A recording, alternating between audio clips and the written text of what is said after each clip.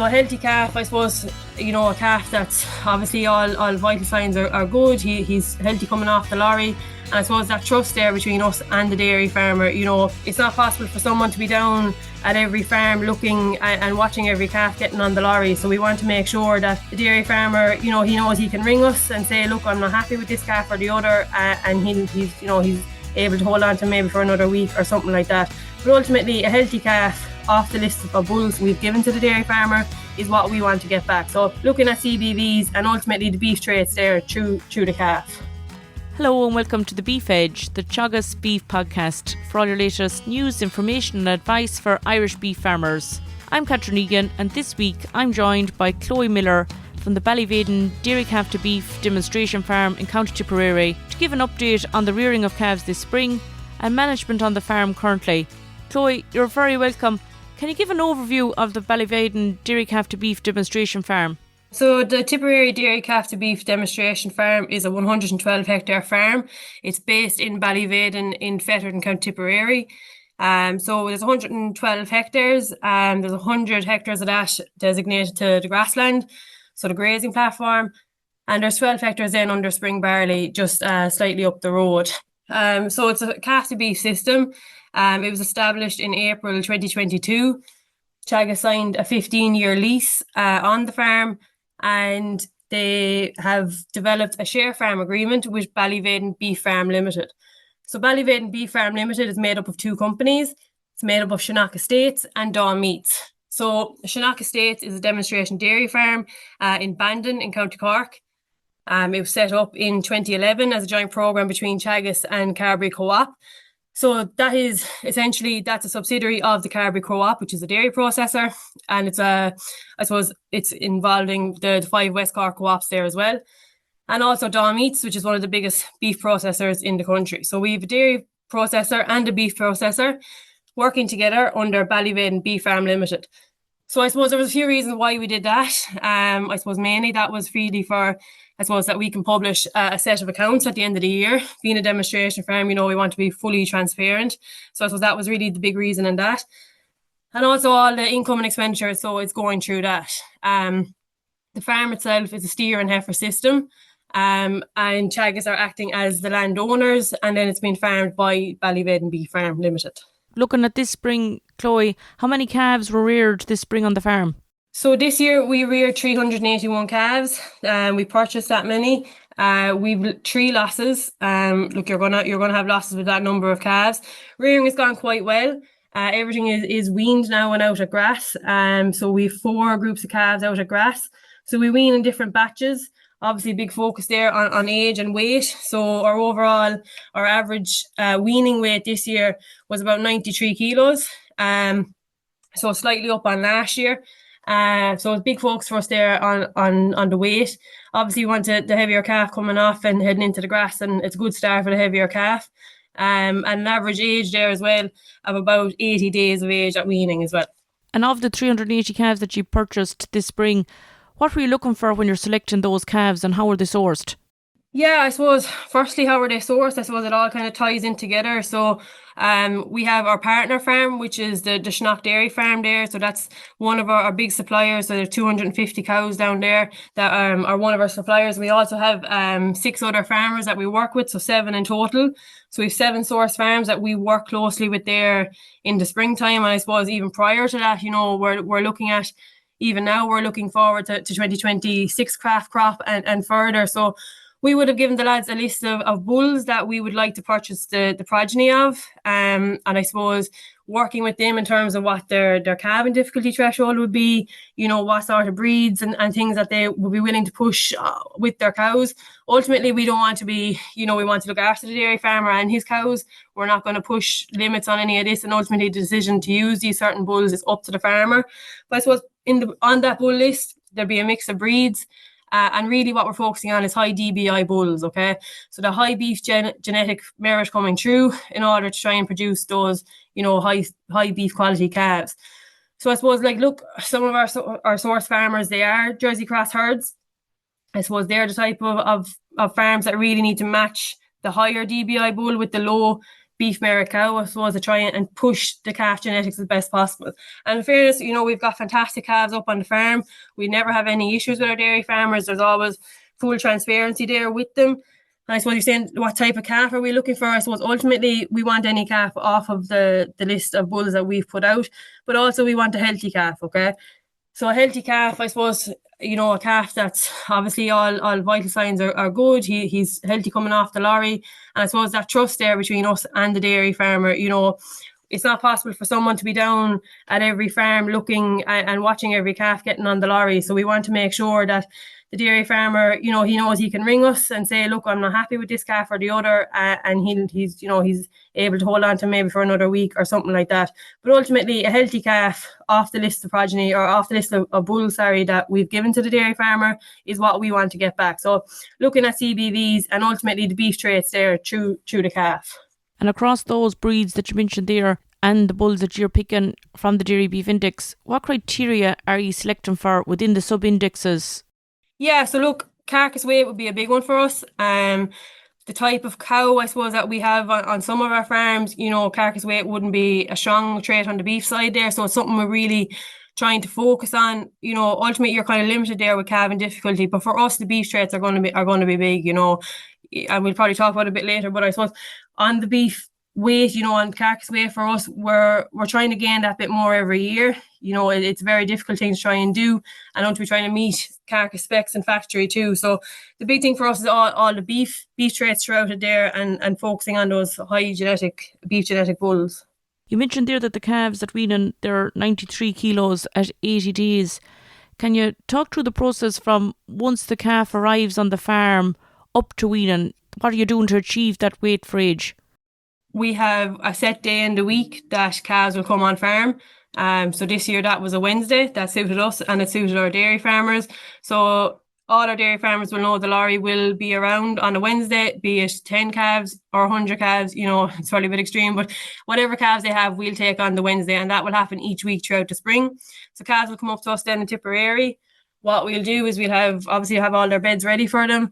Calves will be offloaded into the sheds. Every calf will be weighed and they'll be kind of visually health checked. So I suppose what I mean by that is we'll just check, nasal, is there any discharge on the nose? Are the ears droopy?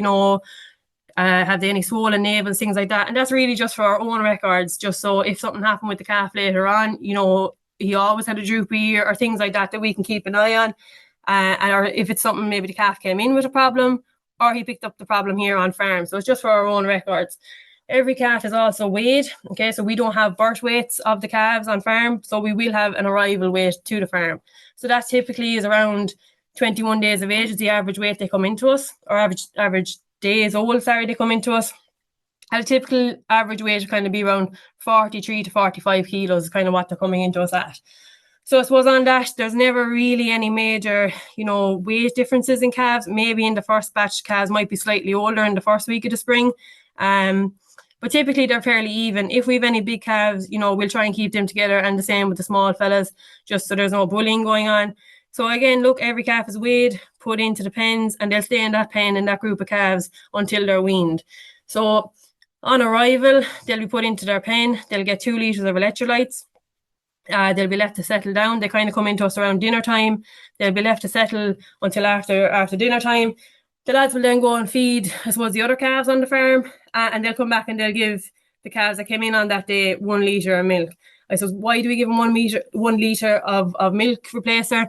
We were giving them more. We found they kind of hadn't settled yet from their journey.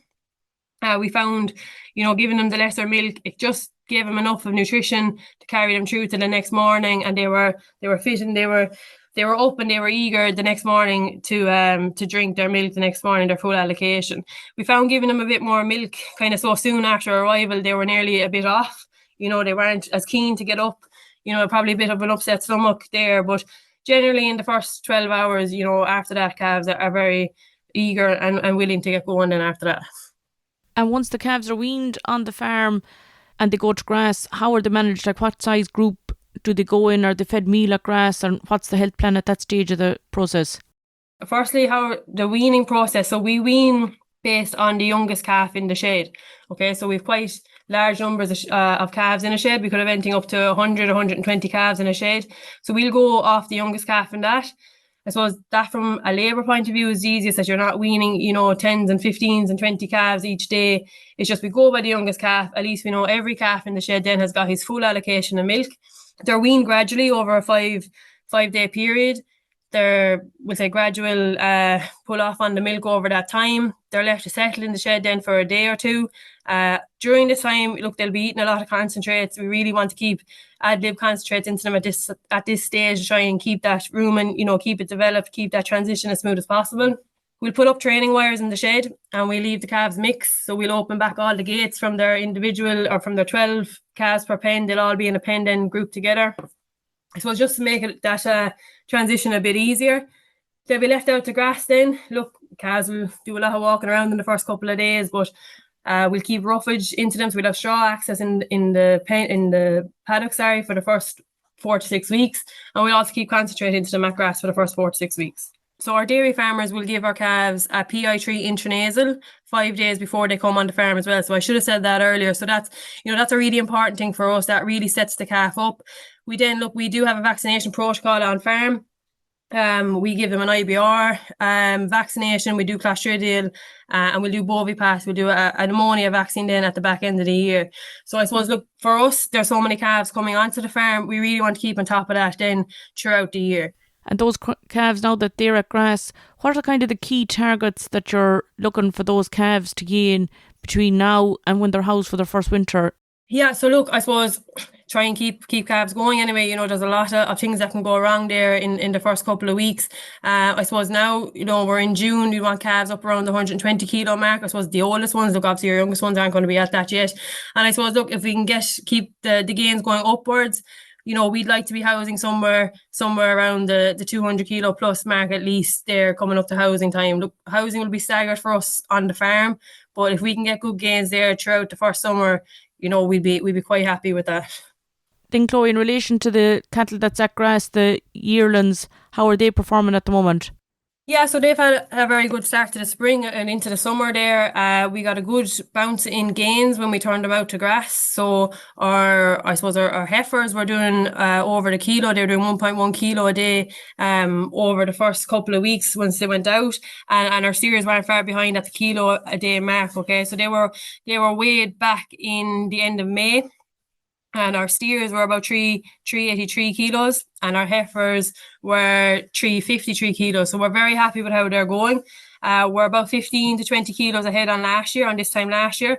So I suppose that group of animals really had no setback. There was a good back end on last year. It was relatively dry and a real good start to the spring as well. So we'll probably start looking at them now in the first few weeks of July. Start drafting out animals we think have the potential to finish quite early. So our early maturing animals, probably a lot of heifers in that. But we seem to be going quite well. We're quite happy with how they're going at the moment. And in relation to cattle that were finished last year on the farm, how did they perform? Perform quite well. I kind of touched on it earlier, but carcass weight is something we're trying to work on a bit. We finished 309 animals on farm. I suppose I should say of that 309, 50 steers went to Tully. They were part of, they were using green feed machines with us on farm, which is essentially a machine that measures emissions. So they were animals that kind of interest to Tully, so we sent them there for further finishing. So I suppose of that, we finished 150 steers off farm and 109 heifers. On average, our steers killed out at 306 kilos and our heifers were 253. So across the board, we had no equals grade on them and a fat score of 3 equals or 3 plus. So I suppose slightly older ages there on the steers. I suppose 2022 born animals, they were 21 and a half months. And this year our steers are 22.3 months. So not a massive difference. But I suppose, look, we were able to give them that bit more time. We were able to keep weanings out longer and there wasn't much pressure on the shed. And our heifers were similar enough weights. Look, the heifer weight is kind of catching us a bit. They are quite low. They're kind of an animal that tend to lay down fat quite early as opposed to growing. So that's something that we're trying to focus on there. And that's back to, I suppose, the question we asked earlier there about the type of bull and type of genetics we're looking for. So all the time trying to focus on our carcass weight and increasing that. Because in terms of fat score and conformation, we're ticking those boxes. We just really want to work on carcass weight. In relation to grass at the moment on the farm, it's a very important part of your system in particular. How is grass being managed on the farm with regard to paddock sizes, group sizes and management over the last month with regard to grazing conditions?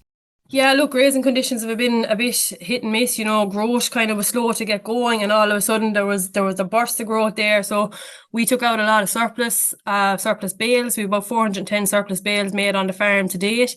We have our first cut done. We did 106 acres of a first cut. It was a bit lighter than we thought. I think a lot of people are probably in the same boat there with their first cut. We have another 50 acres closed. That was first cut pit.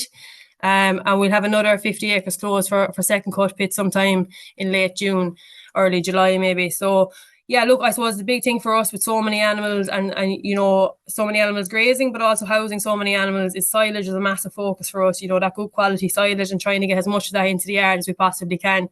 Grass, look, and it's gone a bit wiry there. You're trying to keep good grass in front of animals the whole time. That's not always possible when the weather doesn't play ball. But look, we've had a good year. We won't be complaining about it. There's a good spell of weather coming as well, so we'll be able to get out more surplus bales there on that as well. And how long are cattle staying in each paddock at the minute to try control paddocks? You mentioned there like a lot of stem coming in swards in the past few weeks, particularly with the rain. Yeah, so I suppose typically we run quite large group sizes. So at the moment, in our 2024 barn animals, we have a group of 100 and there's 150 plus animals in each group. So they're good to get through grass. I suppose the max time they're going to spend in a paddock, is 48 hours, and we'll try and keep that fresh by in them. Paddock sizes, they're quite big. I suppose they're probably the furthest thing from a paddock. They're quite large fields up there, so we'll always try and split up paddocks and make sure that it's a 48 hour allocation, and make sure we're getting as best a graze out as we possibly can. And in relation to reseeding, did you do any reseeding this year? Yeah, so we did 15 acres of reseed this year.